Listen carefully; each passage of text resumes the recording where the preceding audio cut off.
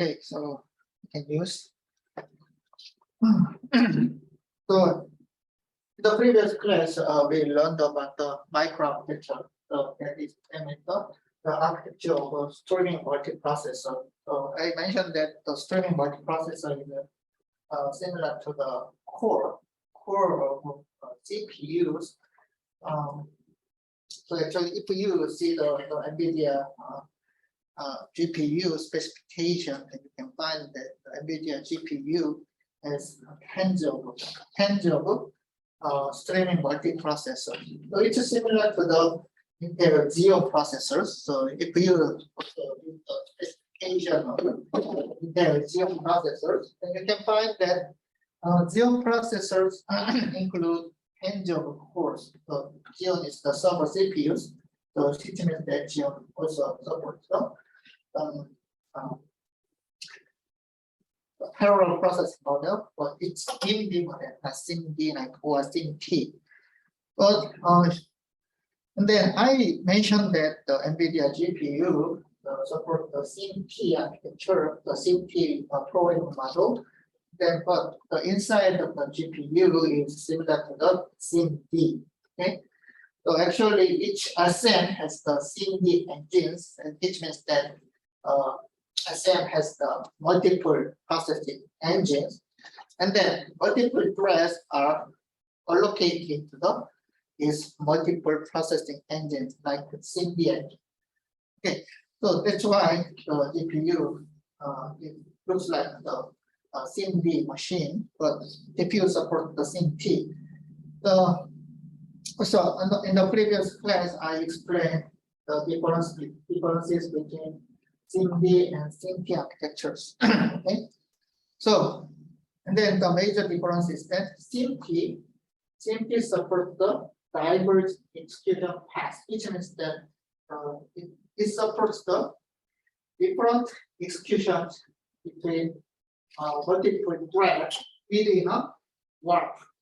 Okay, so in the previous class, I explained that warp is the basic execution group, which is similar to the instruction of the SIMD processors. So actually, in the SIMD architecture, SIMD execute the single instruction, but this single instruction handle multiple data. So in order to support the SIMD-like structure of the GPU, it has the warp groups, multiple thread. NVIDIA or AMD GPUs brought 32 thread into a single warp. So, and then this single warp share the same instruction. So it's similar to the one instruction, right? But either this one instruction, because the instructions are the same inside of a warp, but this single is the same instruction and there's the different data. So it's actually each thread of GPU has the supports the individual register file. So, and then actually, but because the instruction is the same, the number of the register number, like the add R1, R2, R3. So this register number like R1 is same to the all threaded inside of a warp. So which means there are multiple register data, but these multiple register data are handled by a same instruction. It's like the SIMD model. But the difference is the branch instruction, support of a branch instruction. So in a SIMD architecture, as the SIMD architecture execute the one instruction, and then one instruction handles the vector type data actually. Vector type data has multiple elements. Actually, the execution path of this single instruction it cannot be diverse, right? Because the vector type instruction just handles the vector type data. It's a single instruction. But GPU inside of a warp, there are multiple threads. And then if this instruction encounters branch instruction, like this example, then the execution path between multiple thread can be diverged. So it means that some thread can execute this true path of the branch instruction, and then the other instruction on P3 or P4 can execute the false path of the branch instruction. And then actually the previous test I was explaining about the sync step. So in order to support this algorithm execution, then the GPU has the active mask for each thread inside of a warp, and then actually warp execute the corresponding instruction if the active mask is set. So if the active mask is set as 1. So in this example, the thread execute the true path. So this means that the active mask becomes the 1100, and then actually this is the false path. So in this case, the active mask is set as the 0011. So P3 or P4 are executed inside of a warp. Okay, and then in order to support the execution, GPU has the sync step.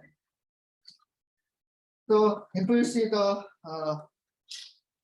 architecture of the GPU SM, you can find the syntax stack here. So the syntax stack is also accessed by PC, and then actually when the warp is issued to the execution engine, right, you can find the issue engine here. Then this issue engine read the actual mask from the sync step.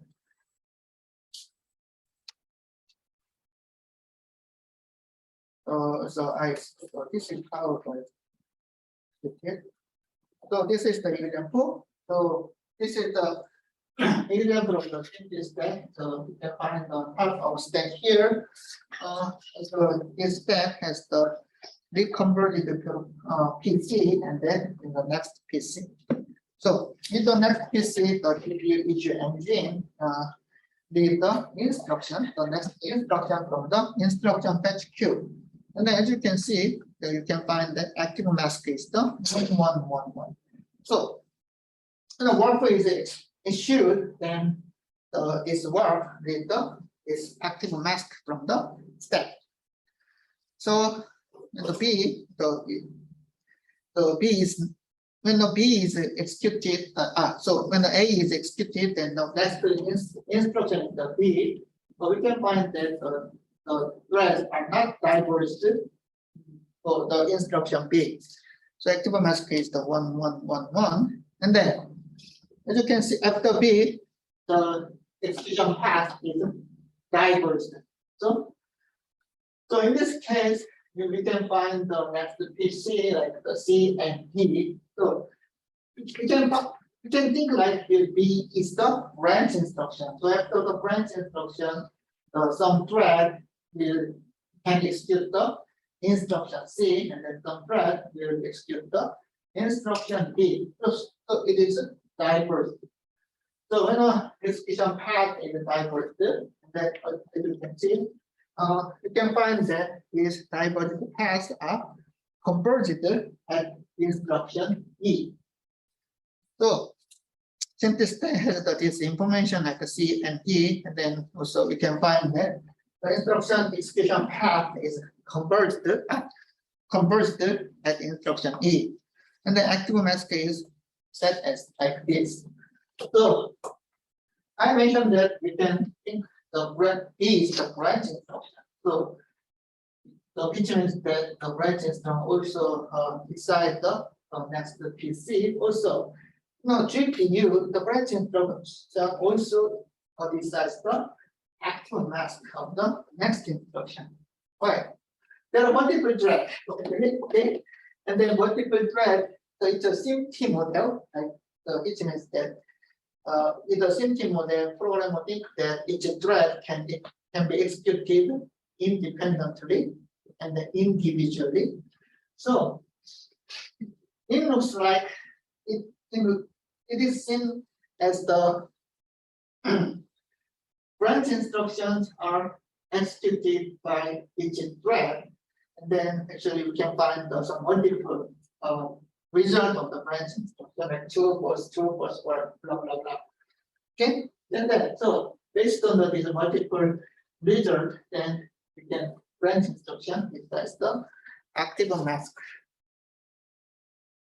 So, and then the top of the stack is pointing the this entry of the stack. So this is the C, and then this and the C is executed. Then this next PC is changed to the next instruction. So like E, and then in this case, so it's changed to the E, and then it is so the stack is popped. So the top of the stack is moved to the moved off. Okay, so it is pointing the this entry. So which means that so GPU need to execute the instruction D. So what is the fun? So in the CPU only execute the one thread by one core. So if the C is executed, then next instruction is D. The D is not executed usually because we just actually some process instructions just to decide the execution path length true or false. So if the true is selected and false is not selected by this thread, but the GPU the work is executed.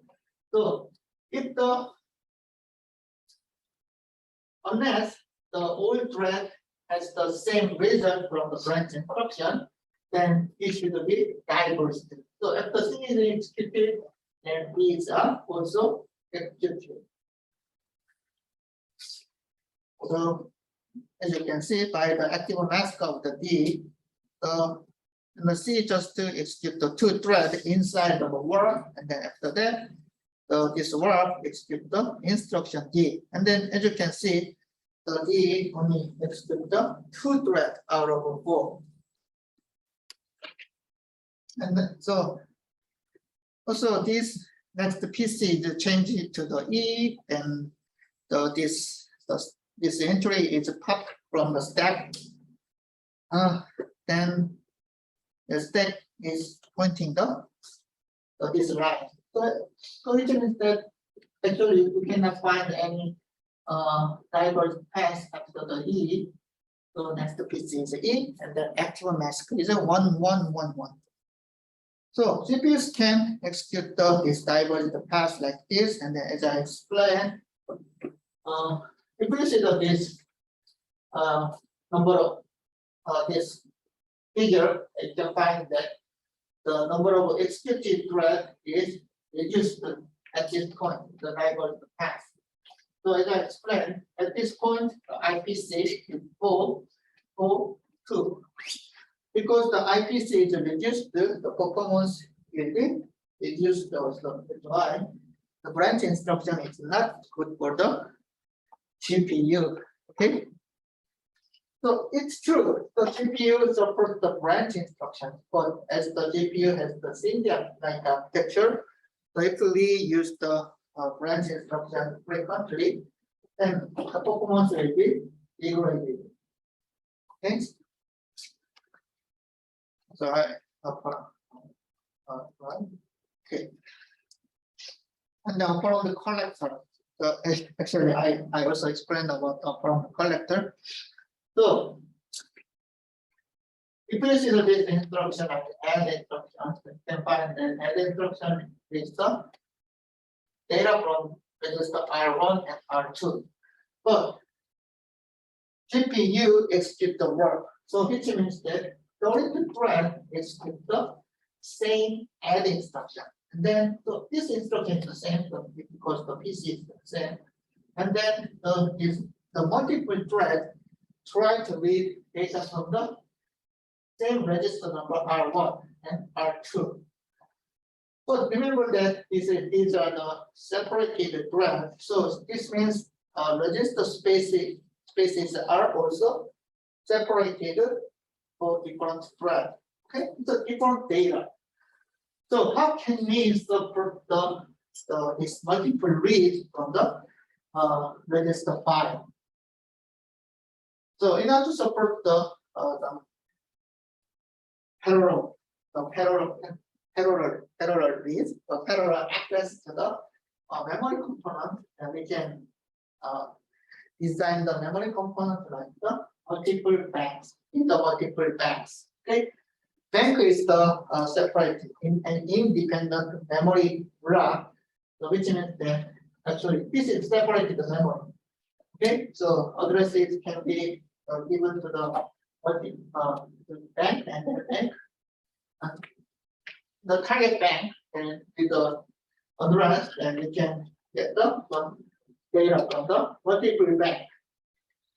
So I said the CPU register file is very large, but not to support this memory level parallelism, that is the parallel accesses to the multiple bank. So CPU register file also include multiple banks. Okay. So and then actually the register data are dynamically assigned to this large register file of the GPU. So if the GPU register file is allocated like this, so this is just the example, and then in order to support the 32 thread, GPU register file has the 32 banks, okay, usually, but we don't know the inside of the register file because this is GPU is the commodity processor, but we assume that it's like this. So there are multiple threads. The multiple threads need to read multiple operands from the bank. So in order to read the multiple data from separately and independently, the GPU register file needs to have the multiple banks. That this number of banks should be equal to the number of threads inside the work, or should exceed the number of threads inside the work. So okay. So the register file can be located like this. This is just the example. So the register data is allocated to the multiple bank like this R1, R2, R0, R1, R3. So if this instruction is the R1 and R2, then we can access the multiple banks separately. Okay.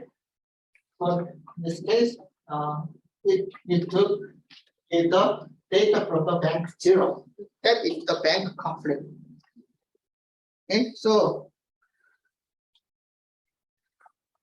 not to support this operation, the GPU has the operand collector. You can find the operand collector unit here. So you can find the multiple warps here, and then these multiple warps include the required operand here. So it's just like similar to the register values table in CPU, because why do we use the register values table? The architectural register is different from the physical register. So it's the same to the GPU, because actually architectural registers are assigned to each thread, but these registers are dynamically allocated to the large register file. So GPU operand collector reads the target data from the large register file, when this operand collector is executed, the architectural register number is translated into the physical register address. Okay, and then operand collector needs multiple data from the multiple banks. Then it's operand are collected and stored. And then operands are ready, then this work can be issued to the execution unit. This is the operand collector. Okay. So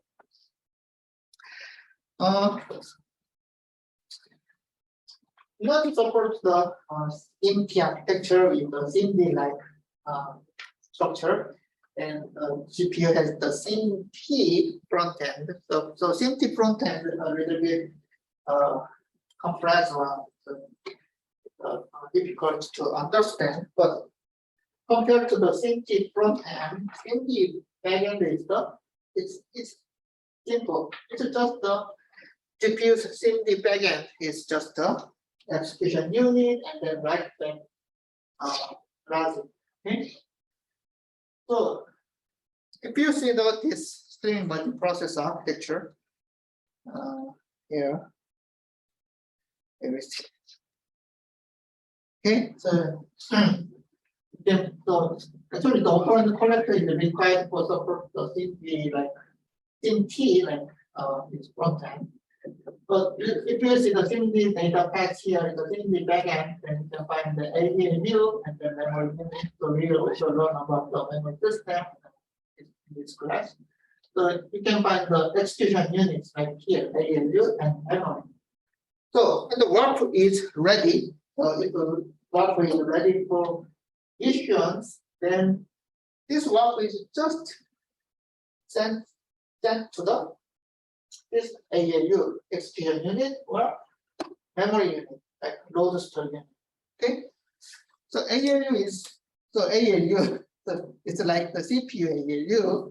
The AAU structure is simple, right? Just the execution unit. So it's a SIMD AAU is the SIMD execution unit, and then AAU is also pipeline. So you know. The GPU AAU, like the GPU CUDA core, then support the integer instructions and the floating point instructions. Then some instructions are very complex, so like the floating point instructions are very complex. So we cannot complete the execution of floating point instructions in one clock. So in the engine, GPU's CUDA core is the pipeline. Okay? And then it has the fixed latency for the for instructions. Okay. And then if the execution is done, then it's returned back to the register file. So then just to remember that GPU does not have any data boarding path. Okay. So it means that if the registers are requested by other instruction, then this register should be returned back to the register file because CPU does not have any data boarding path. Okay.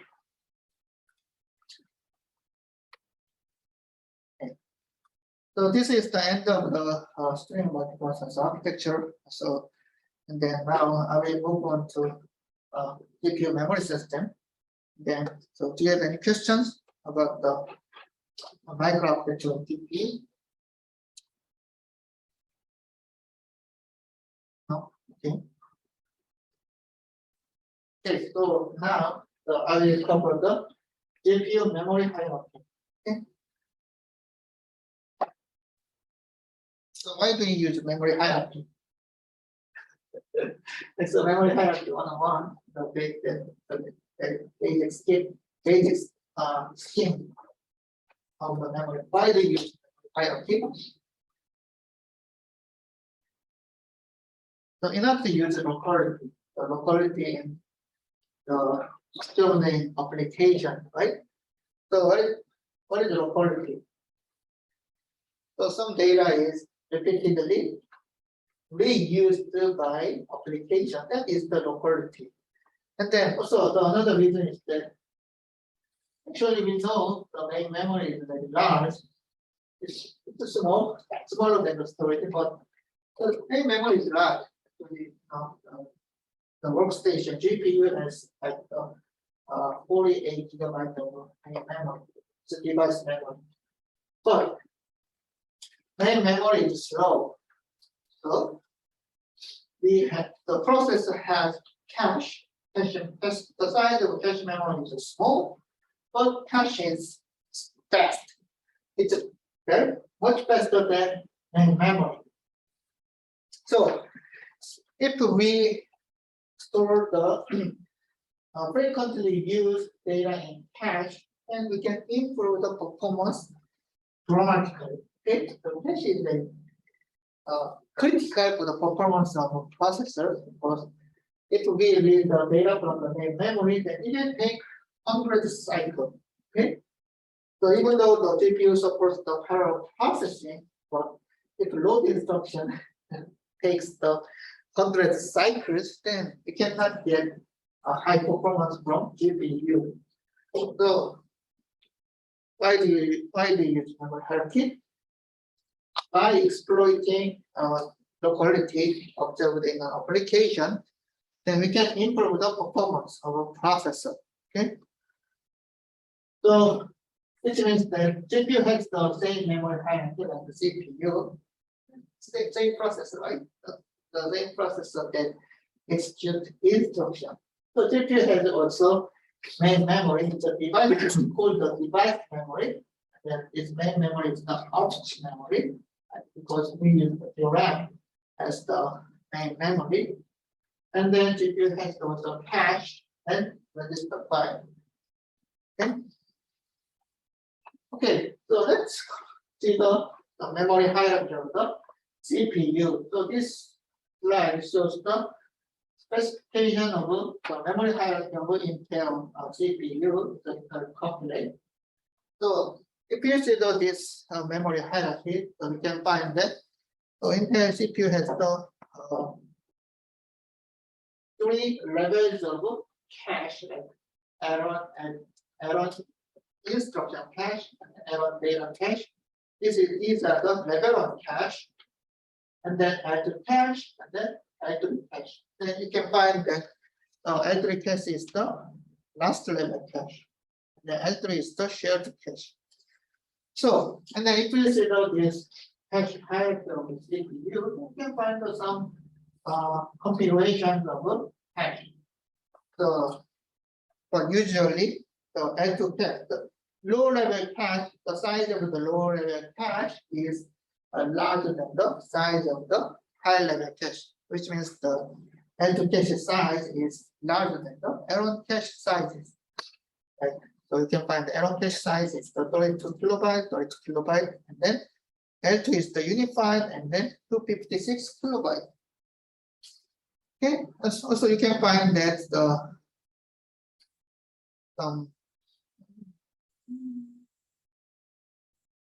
so you can find some latency of this cache, like 4 cycle, 5 cycle, and cycles for the L2 cache. And then this is how the caches are organized in the multi-core CPU. So actually, this is the hierarchical view of the Intel Couplet. So it's a somewhat older generation. So, so there are multiple cores like this, and the multiple cores are connected via interconnection network. And then actually, the Intel old generation CPU use the ring type interconnection network. So and then you can find the L3 length. So actually, L3 cache is the shared cache. So which means that the L3 cache, each share has the one L3 cache, and then as you can see, the size of the L3 cache is very large. We can find that this is the 2 megabyte per core. So, and then which means that if you see that this figure, then you can find 6 cores, then the L3 cache size is the 12 megabyte. Okay. Then, but these L3 caches are separated to the each core, but L3 caches are also shared. It's a shared space. So which means that multiple cores can use L3 caches like L3 cache like the one shared cache because these are connected via interconnection network. But inside of the core, each core has its private L2 cache, and then also each core has its private Aaron and Aaron instruction and then Aaron data caches. So, but the modern architecture is the more recent architecture, the CPU architecture is the mesh time interconnection and ring time. So it's about old generation. So we can find the multiple L3 partition. So actually based on the location of the data and the latency can be changing. Then how GPU is organized? So this is the overall architecture of GPU. So I also mentioned that we can think that this is the individual core of the CPU, and then GPU has also private caches and then shared cache. So GPUs a single GPU has the multiple multiprocessors, and then inside of the this string multiprocessor, we can find private caches. So GPU has also level 1 instruction cache. Okay, that one. Also, GPU has the level 1 data cache. Okay. But if you see this figure, then we can find that there are some specific caches.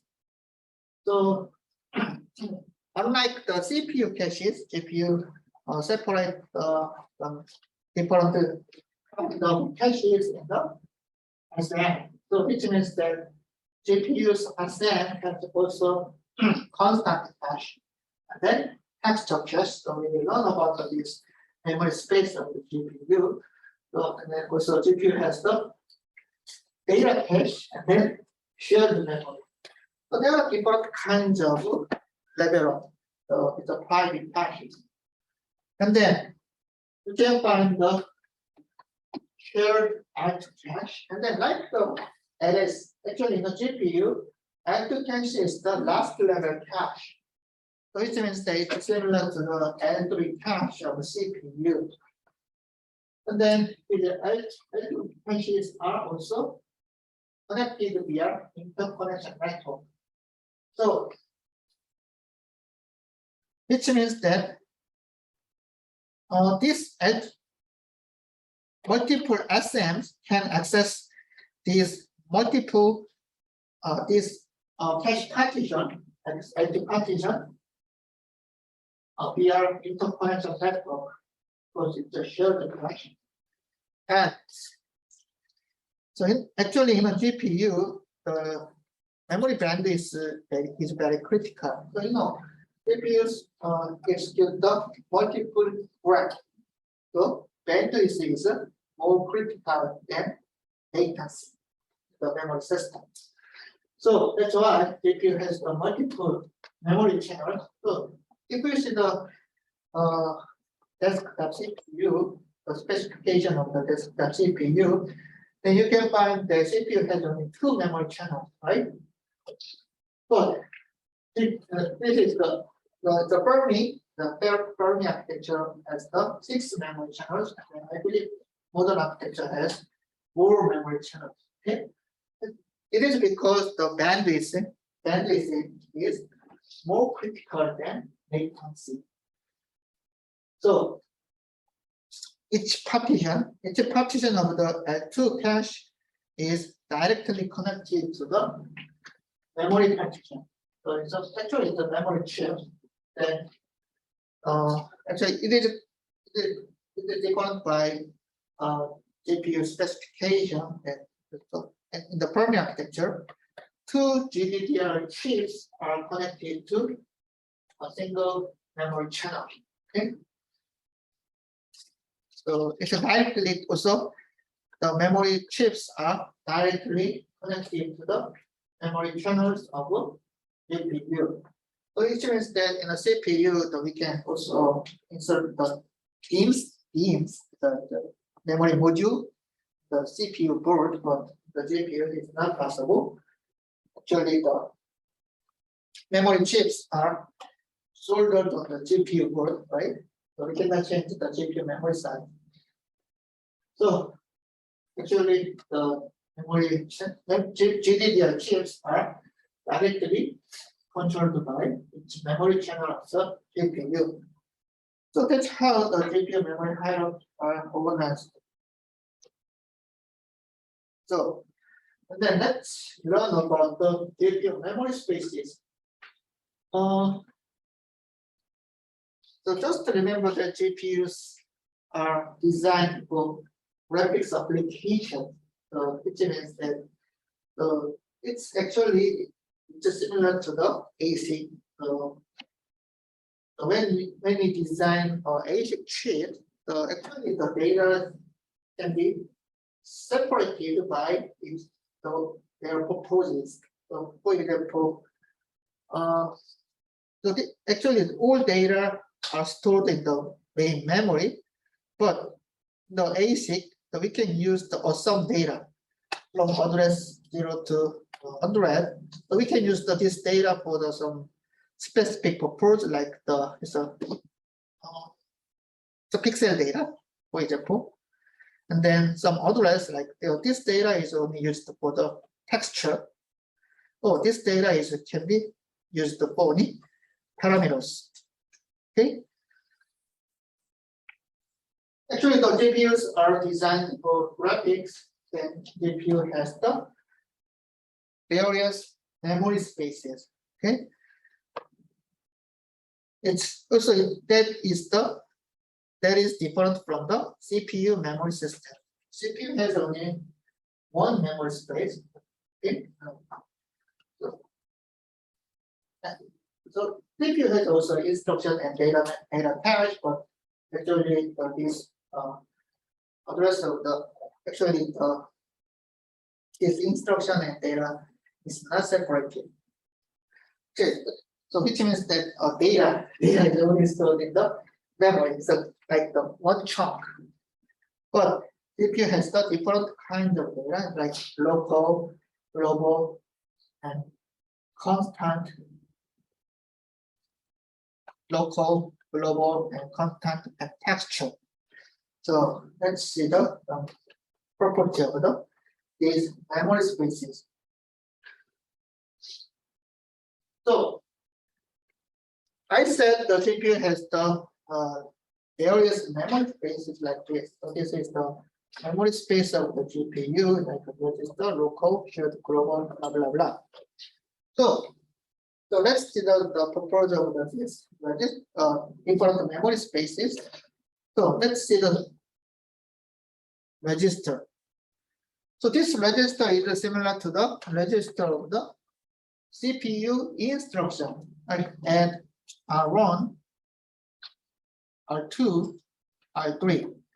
But we learned that actually GPU SM has very large register file and then multiple thread with the register data from this large register file.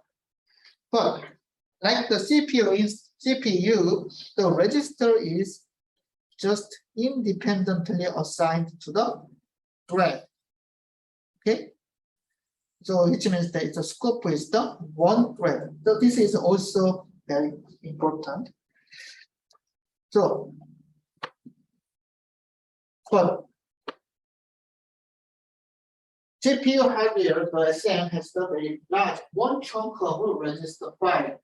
So actually, in a CPU, we can find that the number of architectural registers are defined in the ISA of the CPU. So for example, the RISC-V only supports the 32 architectural registers. Then this number of architectural registers are defined by instruction set architecture. But the GPU, only the maximum number of registers are defined. Okay.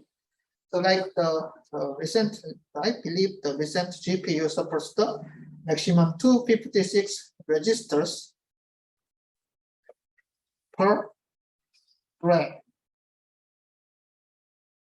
But when we compile the to the kernel, then the number of registers are dynamically changed by compilers.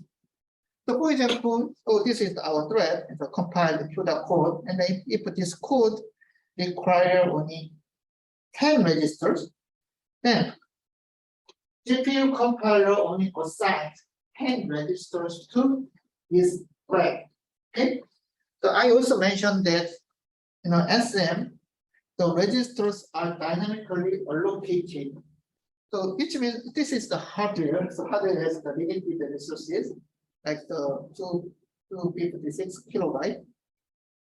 So even though GPU support the maximum 256 registers per thread, but if these spaces are already occupied by existing thread, then GPUs cannot generate the thread. Okay?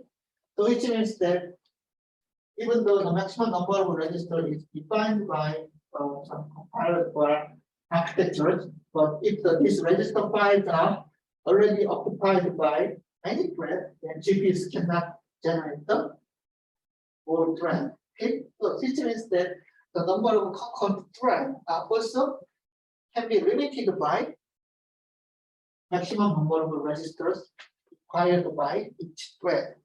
So that's why the GPU compiler dynamically changed the number of threads assigned to each thread. Number of registers. Okay. So register is, you can understand the register is the same to the register of GPU. Actually, for the programmer's view, programmer's aspect, the register is the same. So actually, the registers are assigned to each thread, and this register cannot be shared by multiple threads. Okay, so separately assigned to a single thread. And local memory. So this is actually this is the very specific memory space by GPU. So local means that this is the memory space independently assigned to thread. Okay, so registers. So registers can be also independent. Registers are independent and they assigned to thread, right? Because those are registers, right? But if the register size is not enough, so each thread requires some more data space or more independent data space, then we can use local space. But as you can see, local data is the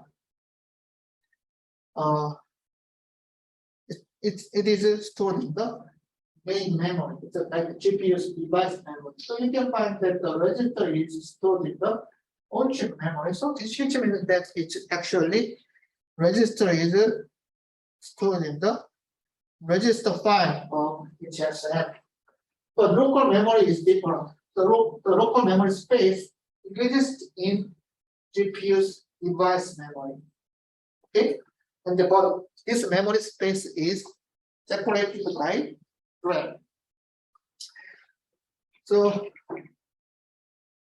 GPU can access this local memory from the device memory, the local memory space in the device memory, but this memory space is separated for each thread. Okay.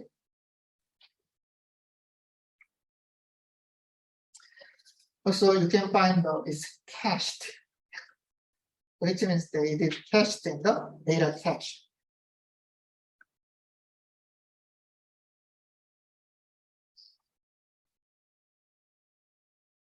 And then another memory space is the shared memory, which is somewhat unique feature of the GPU. It's a shared memory. So if you see the location of a shared memory space, then you can find that this data is stored in the on-chip memory. So actually, the shared memory space exists in shared memory. It's called the shared memory. Okay, where is the shared memory? You can find the shared memory here. Okay, so actually we can find the shared memory inside of SM, streaming multiprocessor. Shared memory in on SM. Then what is the shared memory? So if we see the scope of the shared memory, so we can find, oh, this is the shared memory. So which means all data inside of the shared memory can be shared by multiple threads. But shared memory is shared by thread inside of a block. Okay, what does that mean? When you learn about the GPU's execution model, the kernel generates the multiple thread blocks, like a CTA, thread block. And then inside of the multiple thread blocks, these thread blocks generate the multiple threads. Okay, and then these threads are grouped into work, and then this work is executed inside of the GPU. So actually, the shared memory is the shared by thread inside of a same thread block. Okay, understand? And then this shared memory is very similar to the scratch pad memory. Scratch pad. So what is the scratch pad memory? The scratch pad memory is the on-chip memory managed by programmers. Okay. What is different? The cache is managed by hardware itself.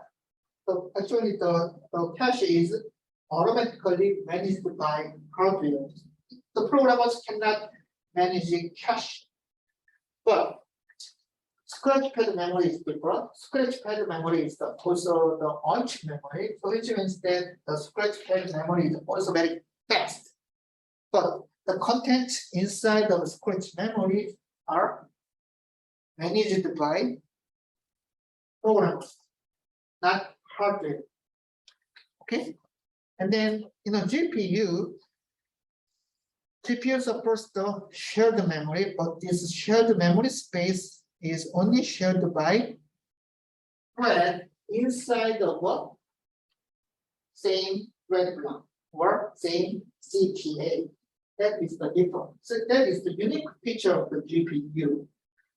Okay.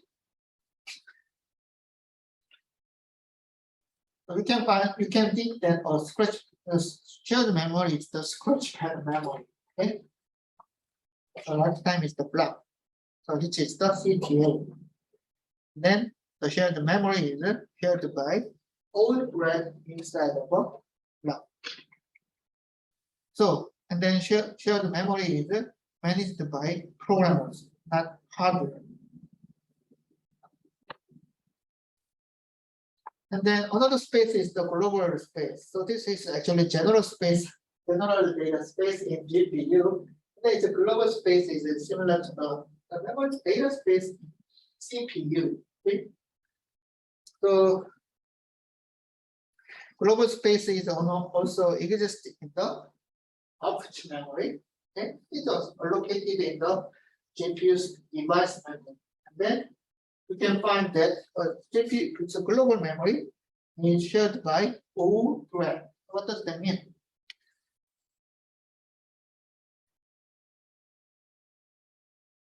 So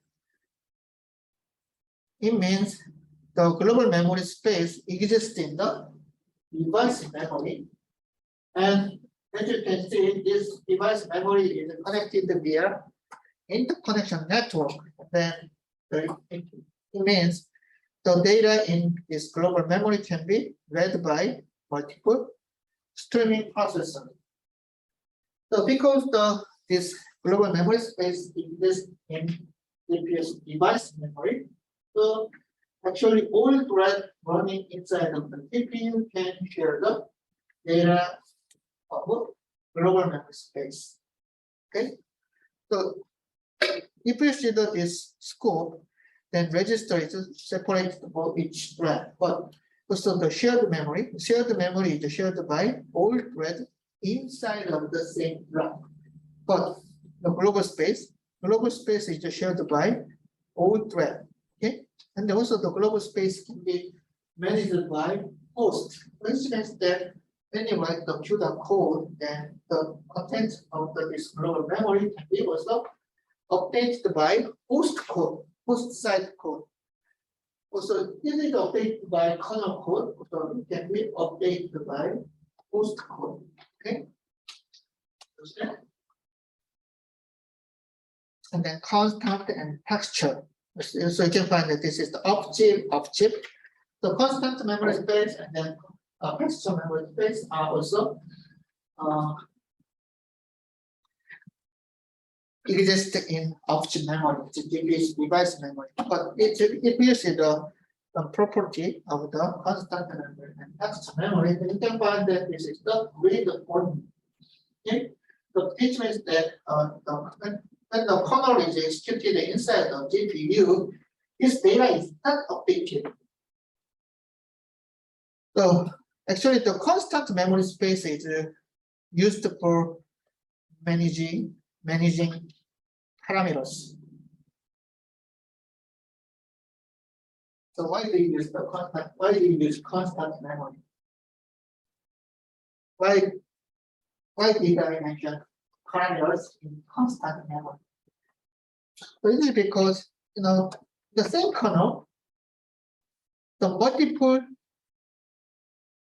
threads are generated, but these multiple threads may share the same parameters. Okay, this is the GPU program. Okay, so maybe this multiple hundred of thread may share the same parameters, and then these parameters are fixed, so it's not updated during the kernel execution. So these parameters are provided to each thread, and then for this unique data, and GPU also supports the constant memory space. Then the property is only read only. Okay. So and then also you can find the cacheability. So GPU constant data is cached, and then as you can see, this data is cached by constant cache, not data cache. Okay, so which means when a thread is executed, then this thread needs to fetch some parameters from the device memory. Okay, and then these parameters exist in the constant memory space. And the data from the constant memory space is fetched by GPU program. Then this fetched data is stored in the constant cache, and then this constant cache is read-only cache. Which means that the content of the constant cache cannot be updated by kernel programs. Okay, so only parameters, shared parameters are stored in the constant cache. And then texture cache. Texture is also the specific memory space for the texture operation. Okay, this is also texture. So data in texture space is stored in the texture cache. So you can find that texture cache inside of one SM. Okay. So unlike the CPU has the multiple data space like this. Also, GPU's multiple data spaces has its unique features, unique characteristics. Okay, so you can find the location of the on-chip or off-chip memory. Also, you can find some data can be cached, or some data is not cached. Okay, and then also you can find some different accessibility of these different memory spaces. And then also you can find the various scope of those memory spaces. Okay. Okay, so we learned about the different memory spaces of GPU. Then let's take the 10-minute break. Then I will explain about the GPU's memory hierarchy. Any question? Let's take 10 minutes.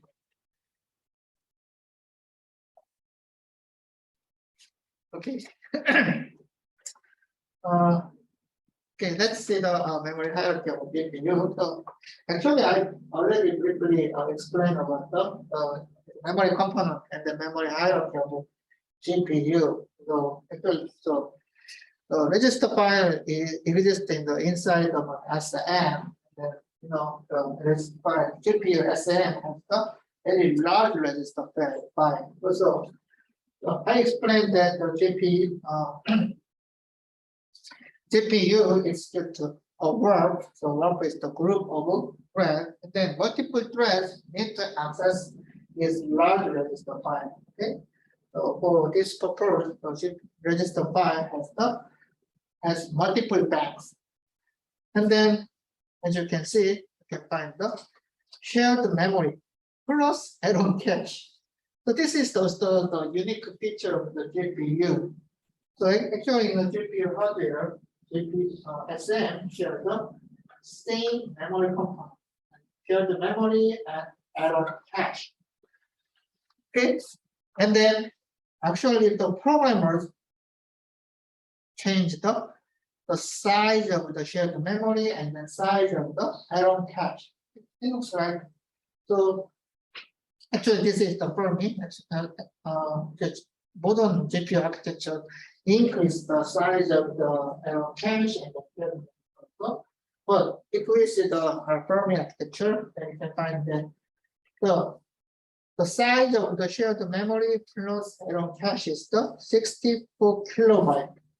And programmers can change the size of the add-on and then share the memory within this range. But like we can use the 16 kilobyte of add-on cache and the 48 kilobyte of shared memory, or 32 kilobyte plus 32 kilobyte. Okay, and then also 48 kilobyte plus 16 kilobyte. So which means that shared memory and the add-on cache use the same memory component, same memory hardware, and the size of the add-on cache and the shared memory can be changed by within the size of the large memory chunk. So which means that if a programmer wants to use large shared memory, then the programmer can increase the size of the shared memory. Okay? But in this case, the size of the add-on cache is decreased. Okay. Also, why do we need to consider the size of the shared memory? So when I explain about the register file, the CPU compiler provides the number of maximum registers per thread.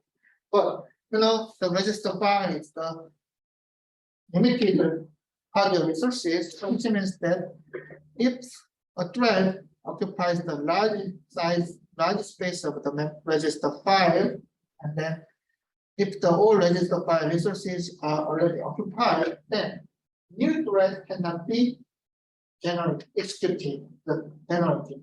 So actually, when a kernel is initiated in SM, the kernel is initiated, so which means the kernel is launched in a GPU, then GPU compiler calculates the defined resources by its kernel. So like the number of registers per thread, and then size of shared memory per thread or CTA. Also, the number of threads per CTA, something like that. Actually, the SM is also hardware. If these resources are already occupied, then this kernel cannot be assigned to each SM. So, for example, let us assume that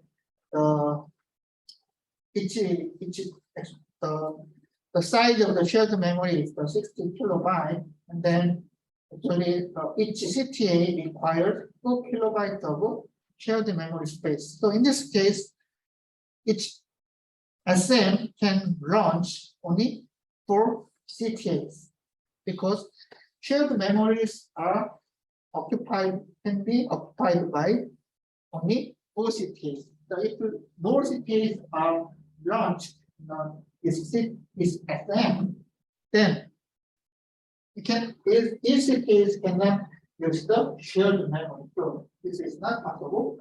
So actually, the amount of launched CTAs or amount of concurrent CTAs are actually decided by required resources per thread or required resources per CTA. Okay? So also GPU has the maximum number of threads or CTAs per SM. So for example, in the Fermi supports the 48 warps per SM, which means that maximum 48 warps can be initiated on SM. Also, Fermi supports the 6 CTAs per SM, so which means that only 6 CTAs can be launched in an SM. So which means we cannot launch 8 CTAs per SM. But this number is also changed by GPU generation. So I believe the modern GPUs can launch up to 32 CTAs. So these hardware limitations also decide the parallelism, the thread level parallelism inside of a GPU. Also, the thread level parallelism are also influenced by size of register file and then size of shared memory. Okay? Because this is the hardware. The hardware has the limited resources, and then we cannot exceed these hardware resources. So usually the original GPU does not have error cache, which means that GPU does not support the error data cache in the original design. So it is because the GPUs, as I mentioned, GPUs are designed for graphics application. Okay, and then as you can see, you can find the many streaming. So actually, the GPU SM is the streaming multiprocessor. Also, SP is the CUDA core is also called as the streaming processor, which means actually graphics applications handle streaming data. Okay, so that's why the original GPU does not have error data cache. But GPU has the shared cache because it's similar to the pixels are processed. Some pixel area is stored on chip memory, and these pixel data are processed. Okay? Because the GPU has the shared memory, and then the shared memory contents are managed by programmers. But original GPU does not have error data cache because the most of the data handled by graphics applications are streaming data. Okay, the locality is not observed. But as GPU supports general purpose applications, then we need to exploit the data locality. Okay, general purpose applications exhibit the strong locality.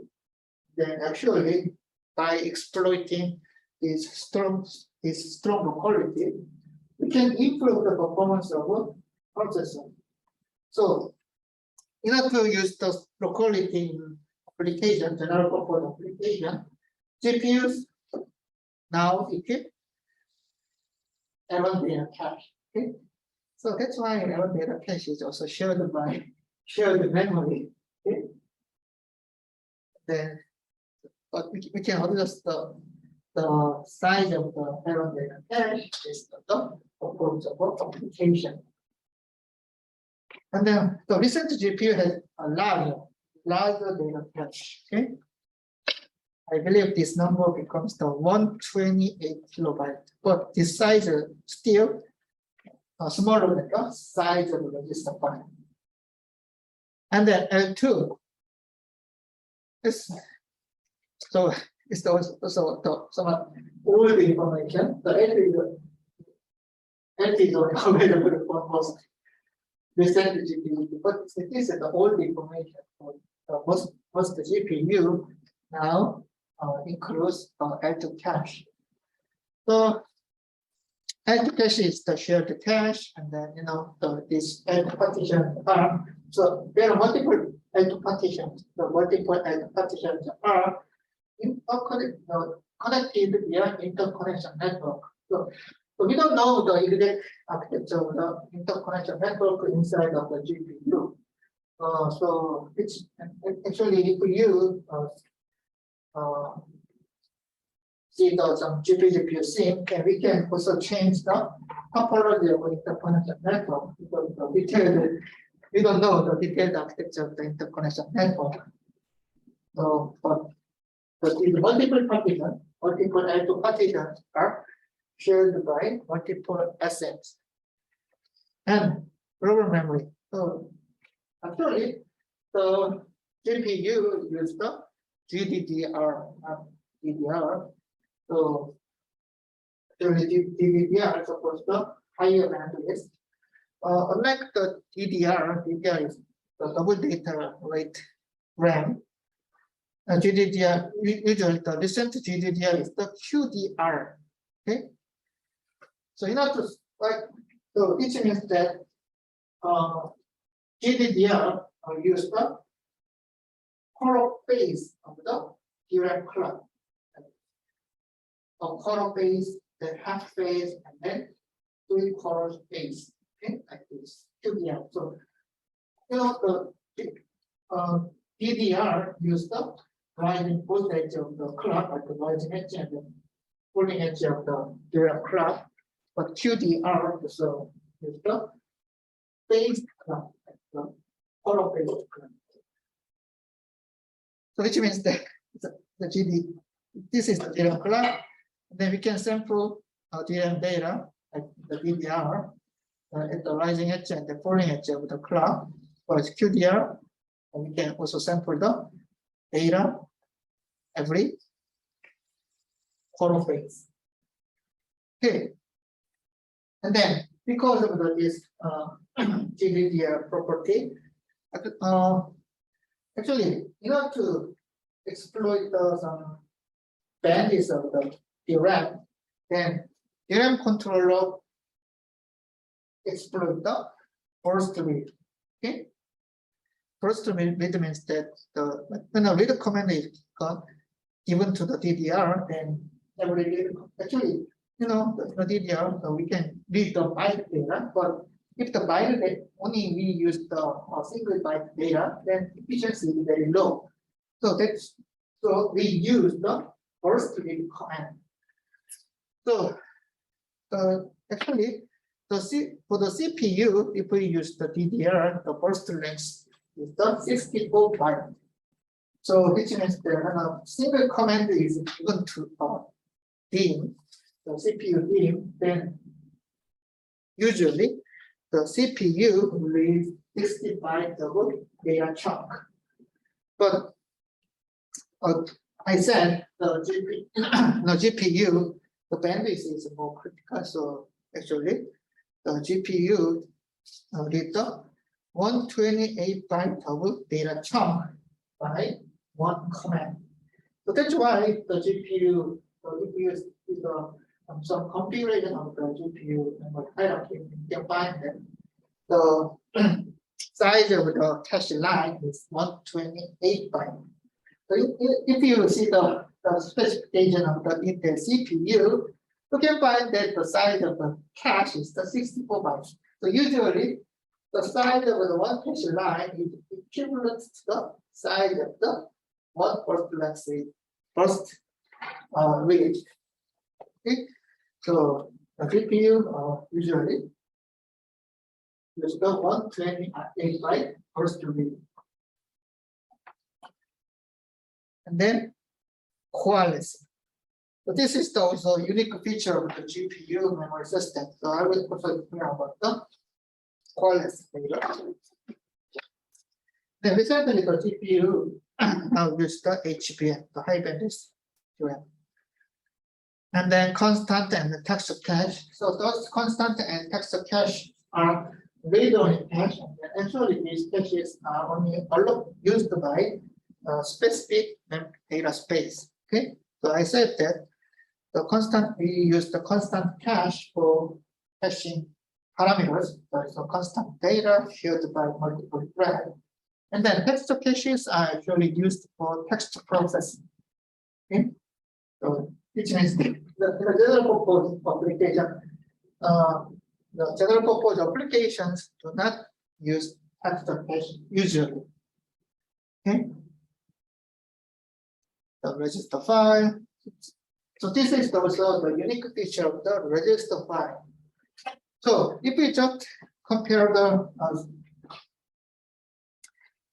size of the register file and size of the error cache, so we can find the in an SM is like inside of an SM.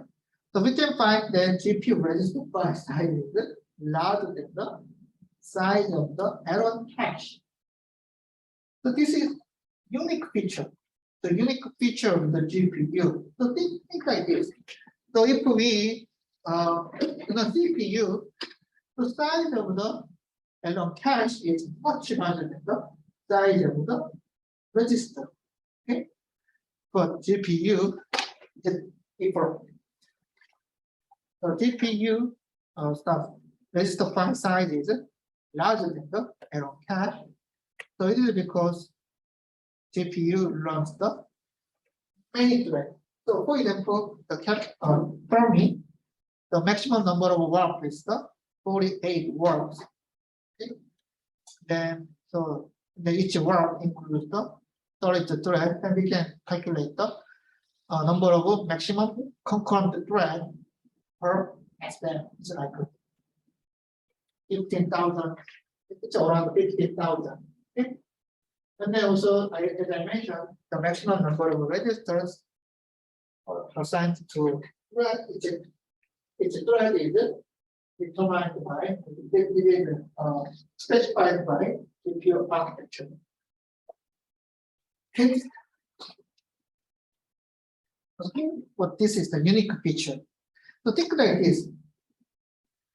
So that's why usually the GPU cache, so for the memory intensive application, GPU cache can be critical for the performance of this memory intensive application.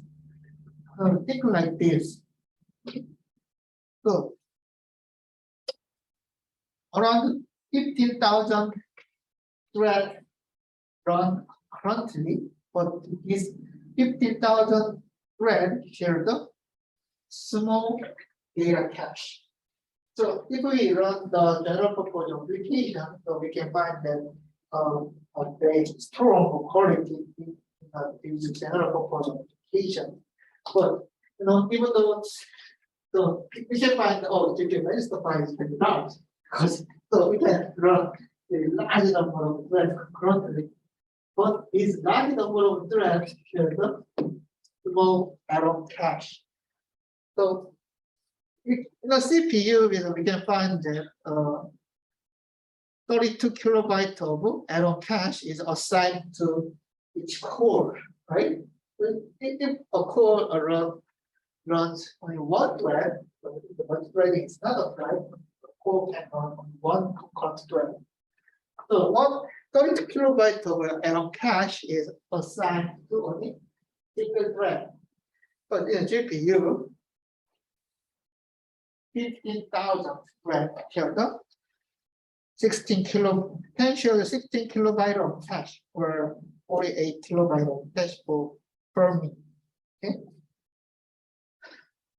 This is also the unique feature of the GPU. So some researchers also focus on this unique feature of the GPU. Which means that actually each SM has a very large register file and also reasonable, very small compared to the number of threads, but it's a reasonable cache. So actually, the GPU also includes the very large sized SRAM for the register file and the Atom cache. But you know, the SRAM is a very high power hungry component, right?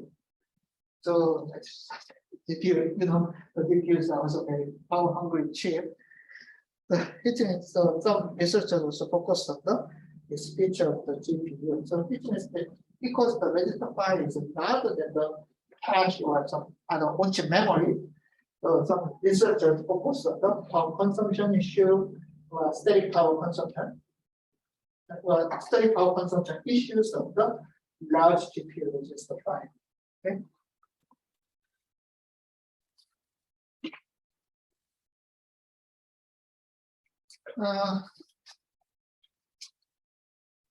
Then in order to support register file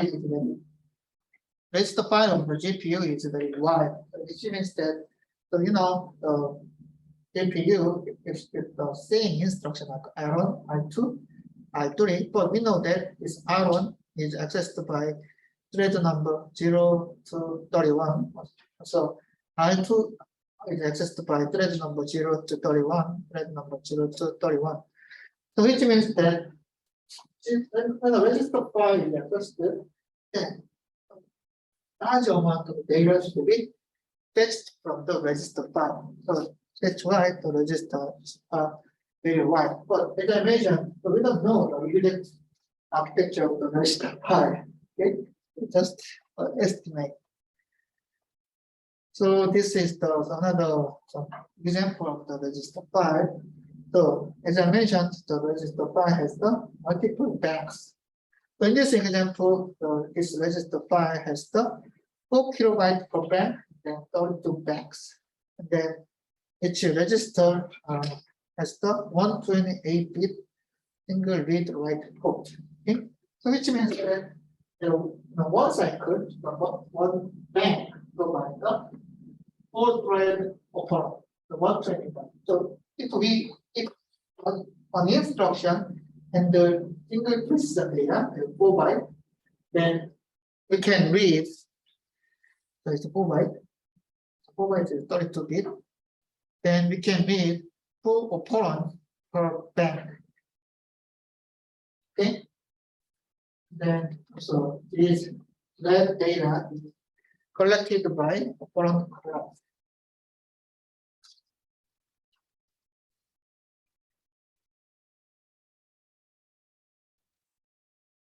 Then, as I mentioned, GPU has the private caches here, constant cache.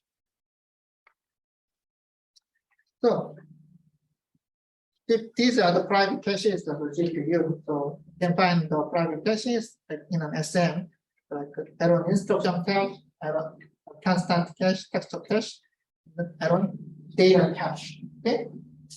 And then these caches are also configured inside of the GPU SIM. So actually, this is the way these caches are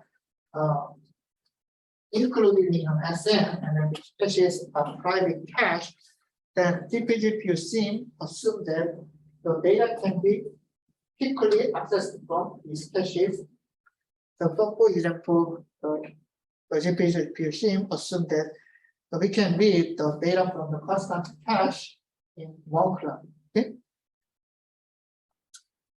So, recently the modern GPU SIM assume that it can take longer cycles. So maybe this number is changed by also GPU generations. Okay. And then texture cache. So texture cache is only used for the text data. But as I mentioned, the text data are on the specific type data. Okay.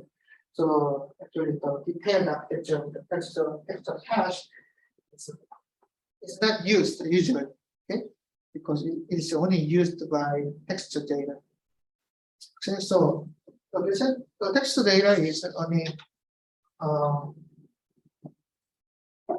so researchers, academia researchers do not focus on the architecture of the texture data.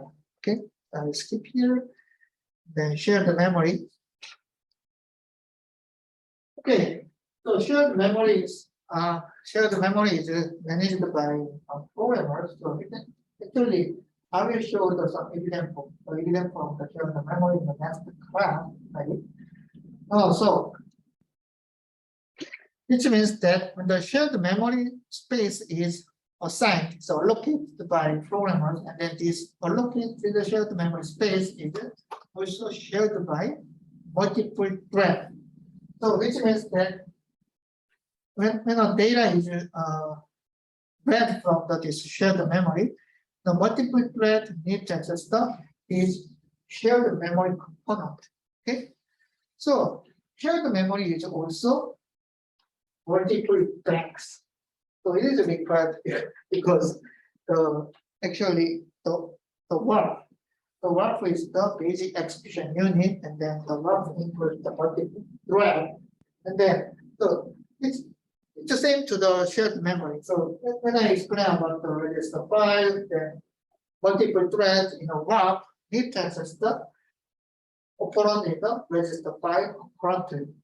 So and then now to support this concurrent accesses and register file has the multiple banks. The same to the shared memory.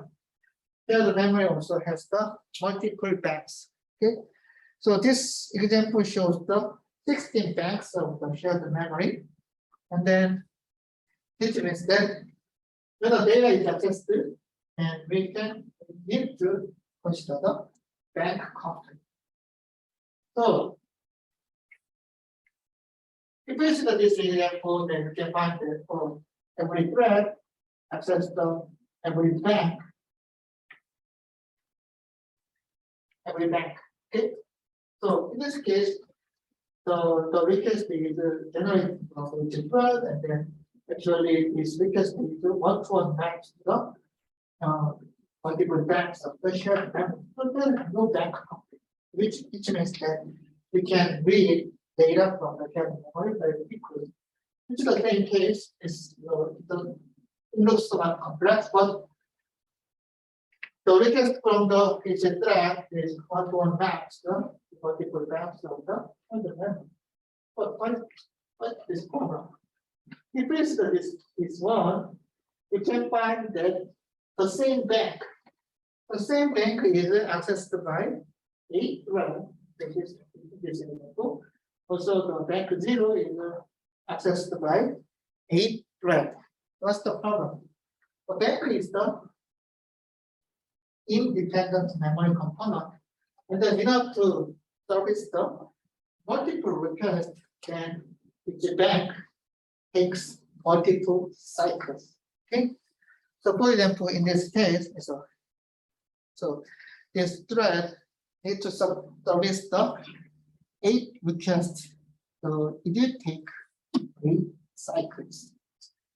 That is the bank conflict of the shared memory. So actually,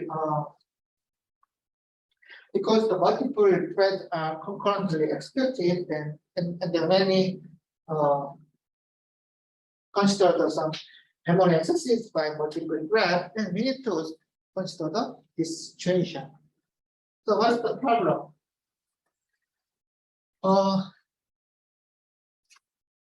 We can easily support parallel execution by increasing the number of processing engines. Right. in order to support the multiple thread or add instruction, so there's add instruction, and then a warp has the 30 thread per warp. And then in order to increase the performance, then we can map each thread to its own processing engines. So for example, if GPU has the 32 processing engines, it's the CUDA core, then we can easily execute this instruction in parallel. Right? So it's very simple. If there are 32 threads, and if we have 32 processing engines, then we can easily execute the multiple threads. But it's not applied to memory system. Right.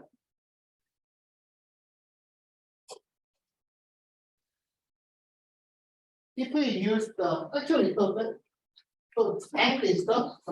it's kind of execution engine of the memory system, right?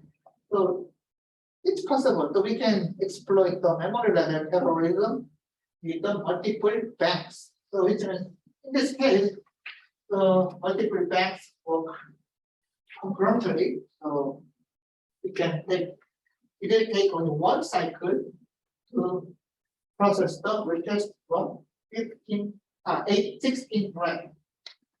But it depends on memory access patterns. Okay, because the location, the target banks are decided by addresses handled by thread.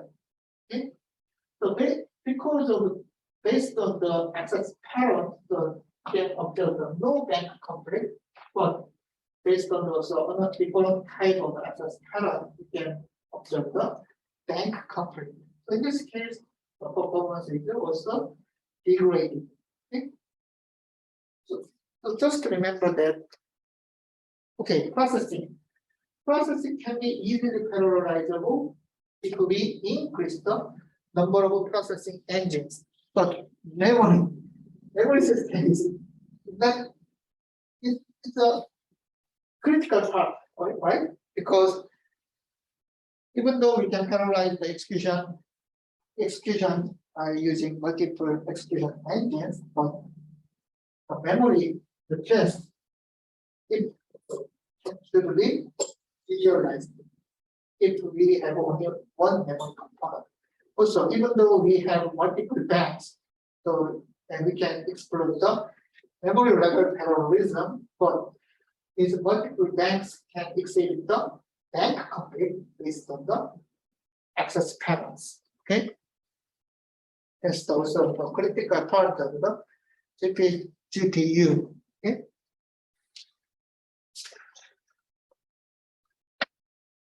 So sometimes even though the shared memory is the very fast memory, but shared memory may exhibit the bank conflict. So for this case, then it will take longer cycles. And then global memory is the object DRAM memory of the GPU, and then this memory is called the device memory. Okay, right? You need to distinguish the DRAM of the CPU. So if we see the topology of the GPU and CPU, this is the CPU. Then GPU has also its own DRAM. And then GPU is connected via PCIe. And then GPU has also its own DRAM, main memory of the GPU. So the CPU DRAM is called the host DRAM. Okay, it's hosted because the GPU be like the CUDA code on the CPU side, right? And then this is, and so the CUDA code is actually launched in the CPU side. So this and then the data is first stored in the host DRAM. Then kernel is executed on the GPU side. So this kernel actually accesses the GPU's device memory. Okay? So this DRAM, GPU DRAM is called the device memory, and then CPU DRAM is called the host memory. Okay? 호스트가 주인이잖아요. 아직까지. CPU가 아니고 주인 기대라고 하시겠죠. Okay, so the global memory, when the kernel is executed, the global memory represents the GPU's device memory. So GPU, I mean the GPU's DRAM, and then GPU's DRAM are shared by multiple threads. Okay.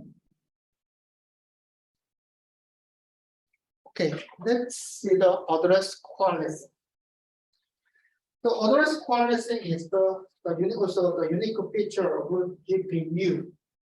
And then actually this address coalescing is very critical for the performance of the GPU. Okay, so what is the coalescing? So it's actually to the Korean student, this word is this word is not frequently used. The coalescing is similar to the merging. Okay, so you can think the coalescing is merging. Okay, so what does that mean? Coalescing means that when address coalescing is performed, then GPU combines the memory accesses, which means the GPU merges the multiple memory accesses to generate the single memory request. Right. So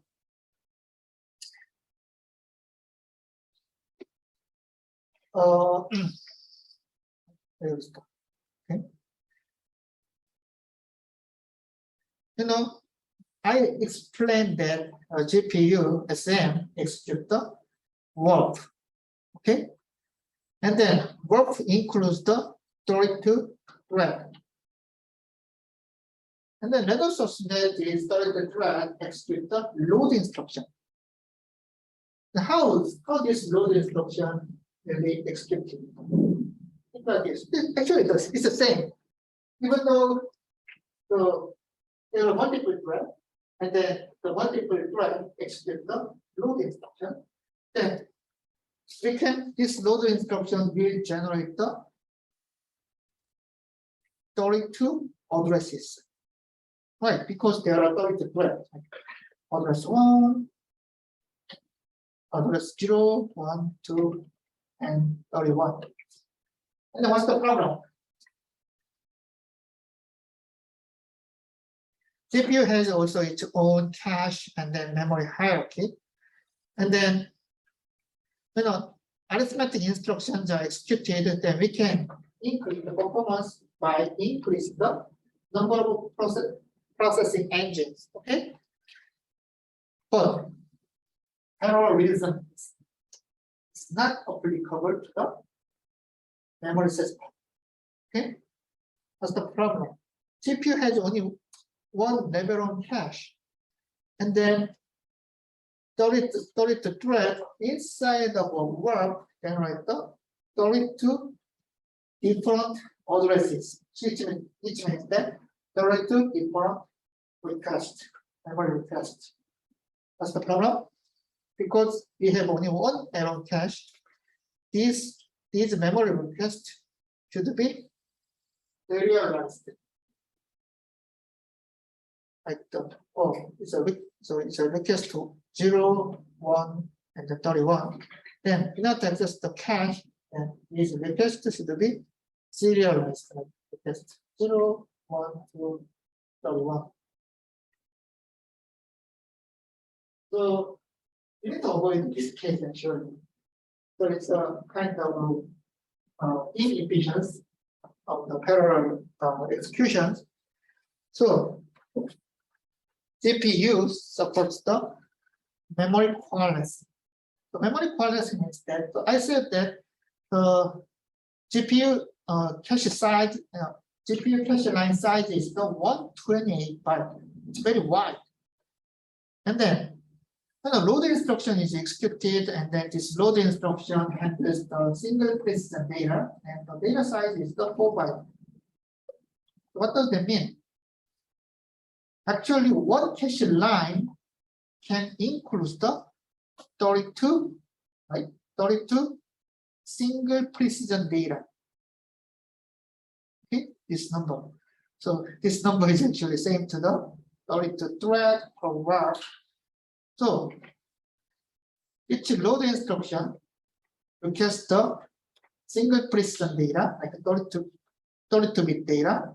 Then, these load instruction may request the regularly aligned data. So what does that mean? Maybe this address is the base address. So the base address is generated by warp number 0 and the thread number 0 inside of a warp, address 0.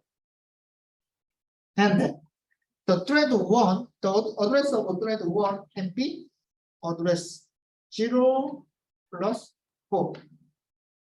And then thread number 2, the address can be address plus 8, something like that. So usually the GPUs access the array data, and then actually the access to the element inside in this array is regularly allocated. Then like this, address 0 and address 0 plus 4 and address 0 plus 8. And then cache line is very wide. So GPUs, if these requests can be merged into one cache line request, then we reduce the required cycles for cache accesses. You understand? So if the request data are regularly allocated like address 0, 4, like 8, blah blah blah. These data, these request data can be included in the one cache line. Okay. After this cache will generate some request, but if the data is aligned, then actually these requests can be merged in the one cache line request. Okay. So the load instruction is restricted. Actually, GPU merged is request in the single or two single instruction. If these requests can be merged inside of a single cache line request. Okay. That is called the memory coalescing. The memory coalescing is effective if the data are regularly allocated array, right? Like the address 0 and address 0 plus 4, address 0 plus 8, like that. But if the addresses generated from multiple threads are not regularly allocated, like the 4, this is the address 0, and then actually this is the address of the thread number 0. Then thread 1, the address is the address 0 plus 1024, and then thread number 2 is the address 0 plus 2048, something like that. Then what's the problem? It's not coalesced. So if the data requested by its thread are packed in one cache line, then it's the highly coalesced. Then we can access this cache only once. But if it is not coalesced, then each thread will generate the separated memory request. Then this cache need to generate the multiple memory request. Okay, what's the problem? GPU is running thousands of each SN is running thousands of concurrent threads. Then let us assume that thousands of concurrent threads generate the its own memory transactions, like thousands of memory transactions. And a single load instruction is executed. Then the resources, memory system will be occupied. And so it's fully occupied. So we can execute thus. There is severe congestion of memory hierarchy or memory system. So memory coalescing is very critical for the performance of our GPU kernel. So if the memory requests are well coalesced, then these multiple memory requests can be merged into a single or two transactions. Then we can reduce the memory traffic inside of the GPU. But if the memory requests are not coalesced, then if you kernel will generate the large number of memory requests. Okay, then in this case, the resources are fully occupied, and we can exhibit the very severe congestion in the GPU memory hierarchy. Okay, so do you know about the queuing theory? So actually, the queuing theory means that this is the queue,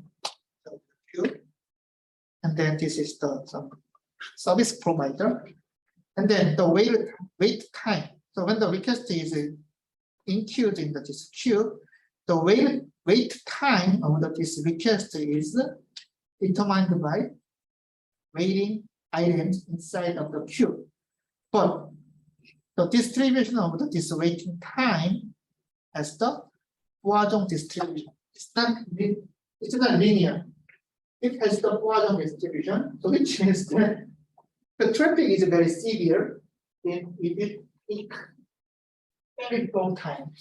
Okay, it is not proportional to the number of waiting items in the queue, because the Poisson distribution is it's the linear.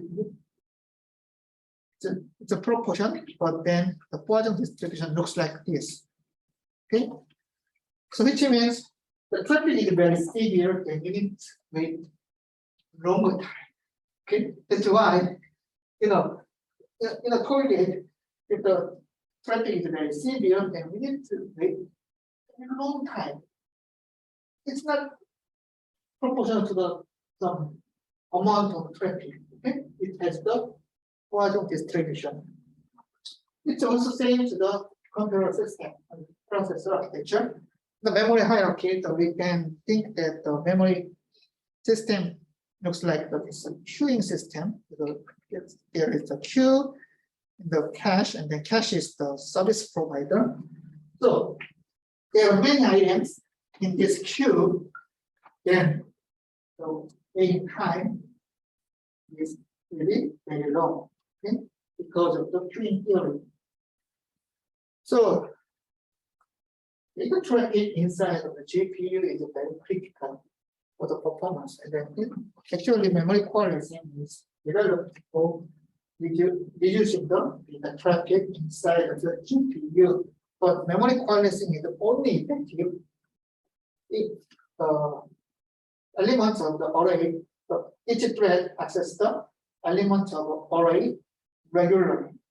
If this regularity is broken, then each thread will generate its own request, and it will increase the traffic severely inside of the GPU. So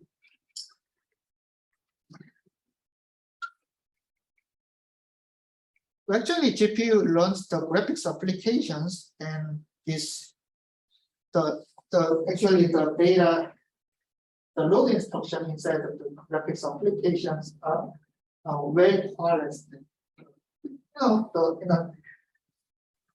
If the graph application just handles the pixel data, then we already know that the pixel data are regularly allocated inside of the memory. And when the image processing algorithm is applied, then actually each algorithm handles the each pixel regularly. Okay? That's why if you also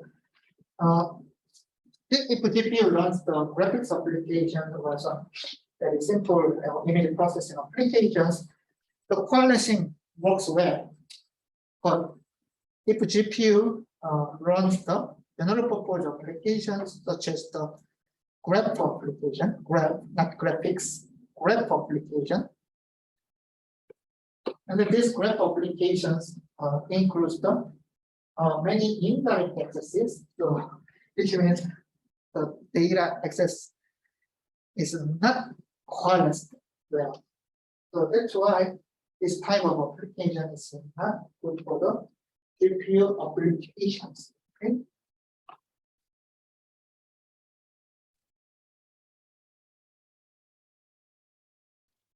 Well, sometimes the CNN and GNN, so CNN and GNN handles some image data or some voice data. This type of data are also regularly allocated in the memory. So actually, CNN and GNN are the good application for GPU, but graph applications are not good. Okay. So actually, I also already explained about this address policy. So address policy rules are also changed by GPU applications. Actually, the old GPU supports this various chunk of the memory coalescing, but the Fermi supports the only 128-byte transaction, and then if the coalescings are applied on 128 byte, then this memory request is cached. But if we apply the different size of chunks for the memory coalescing, then these transactions are not cached. Okay? But this specification, these rules are also changed by GPU generations. Okay? The problem is that actually the CPU has the very long history, and then CPU runs the general purpose application for a long time. So actually the configuration of the CPU of memory system or some caches are relatively fixed. Okay, but GPUs has the relatively short history, and then GPUs are home processors, and so NVIDIA actually changed their architectures frequently. So these rules are also changing. So I already explained this.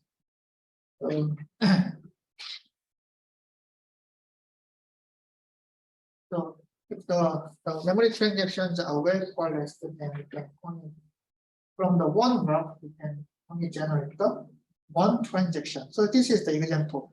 So even though the memory address patterns are very complex, but each warp is pointing to each element inside the 128-byte hash line. So these requests are already included in the one hash line size 128 byte. So in this case, this warp will generate only one memory transaction. But this is the well organized, so regularly assigned. But this request will generate the two transactions because this. Okay. But do not worry. So if the thread accesses some element of data regularly, then the next warp will access this one. Okay.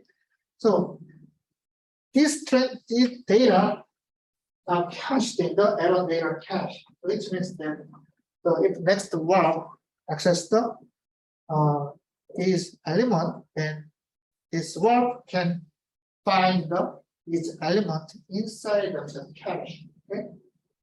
But this figure just shows some examples of one transaction generated and then two transactions generated.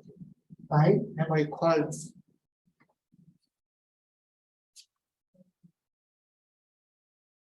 Okay, so I explained until the memory policy. Yeah. I think I need to explain about the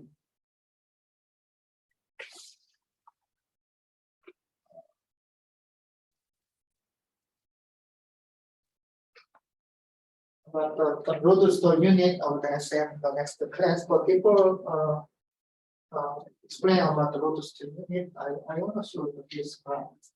So this graph shows the performance of the memory quality.